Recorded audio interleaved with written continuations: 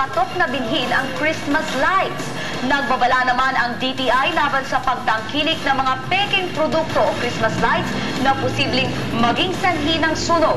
Nagpapatrol, Angelique Atienza.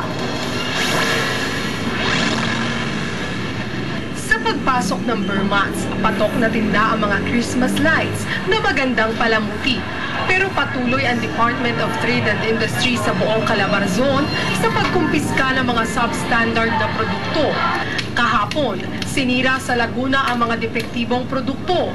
Wala man raw nakukulong sa pagtitinda ng substandard na produkto. Magmumulta naman ang lalabag ng mula 17,500 pesos hanggang 260,000 pesos. Inaasahan namin na without warning talaga nang huhuli na kami, so kinukumpiska ang mga products katulad nito. Sa Batangas naman, mula pa ng nakaraang taon ay nakakumpiska na sila ng mga substandard na produkto gaya ng plywood, kable, switch, glass at mga Christmas lights. Nagbabala naman ang DTI sa mga mamimili dahil sa mga lumalabas na peking ICC marks. Maging makulit dahil binabayaran nila yung kanilang pera, yung produktong kanila, it should be worth their money. Pag nakita mo yung sticker, pwede mong tanungin dun sa retailer, dun sa nagtitinda, nasaan ang dokumento nito?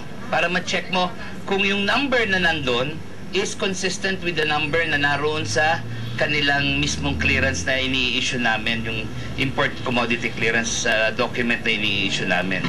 Dahil sa huli, ang karapatan pa rin ng mga mamimili ang dapat isalang-alang ng mga manininda.